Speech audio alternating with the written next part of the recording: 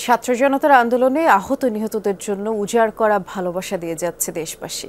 এই সুযোগ কাজে লাগাতে অবাক ঘটনা ঘটিয়েছেন এক নারী। বিচ্ছেদ হয়ে যাওয়া স্বামীকে আন্দোলনে নিহত দাবি করে আশুলিয়া থানায় মামলা করেছেন, তাও আবার ১৩০ জনের নামে। যমুনার অনুসন্ধানে খোঁজ মিলেছে সেই আলামিনের। বলছেন তাকে মৃত দেখিয়ে মামলা করার ভর করেছে এবং আতঙ্ক এতে করে ভর করেছে তার উপরে, আর বিপদে পড়তে পারেন মিথ্যা মামলার কারণে। সহকর্মী মাহফুজুর রহমান নিপুকে নিয়ে বিস্তারিত জানাচ্ছেন সিলেট ব্যুরোর প্রধান মাহবুবুর রহমান রিপন।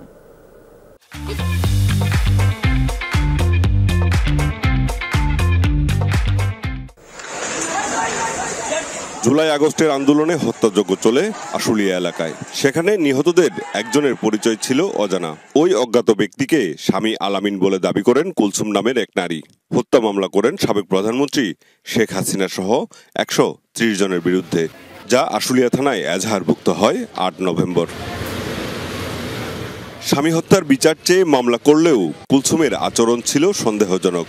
অভিযোগ ওঠে কারো কারো কাছ থেকে টাকা চেয়ে আসামির তালিকা থেকে নাম কাটানোর প্রস্তাবের।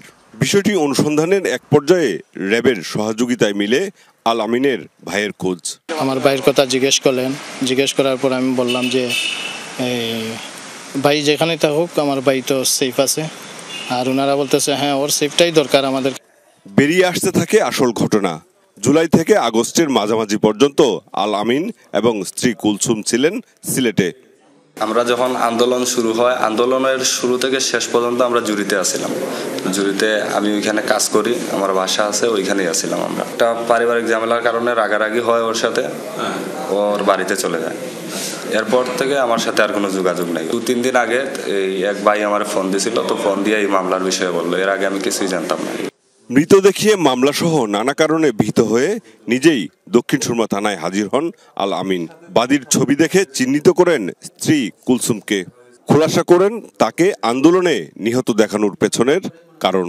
ও আমারে মৃত সাজাইয়া যে আমি 5 তারিখের আন্দোলনে মারা গেছি, ও আমারে মৃত সাজাইয়া যে লোকজনের কাছ থেকে টাকা পয়সা নিতেছে। এখন মনে করেন যে যাদের উপরে মামলা হয়েছে ওদের উপরে ওয়ারেন্ট হইলো, ওদের পুলিশ নিয়ে গেল। তারপর যখন আমি জীবিত দেখবে তখন তো আমার উপর একটা প্রেশার আসবে। এই জন্য আমি এখানে আসি। আমি এটা সুষ্ঠু সমাধান চাইতেছি, আর ও যে মনে করেন যে মিথ্যা মামলাটা করছে এটা সুষ্ঠু বিচার চাইতেছি।